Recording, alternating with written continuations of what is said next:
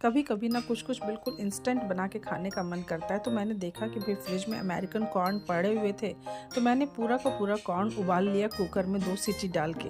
और उबलने के बाद इसको बहुत आसान हो गया निकालना, तो मैंने इसे अलग कर लिया है। और बस एक माइक्रोवेव सेफ बोल लिया और उसमें ये डाला, साथ में बटर डाला, चाट मसाला डाला और रेड चिली डाला। और मुझे बहुत कमी खल रही थी नींबू की, क्योंकि नींबू ख़त्म था।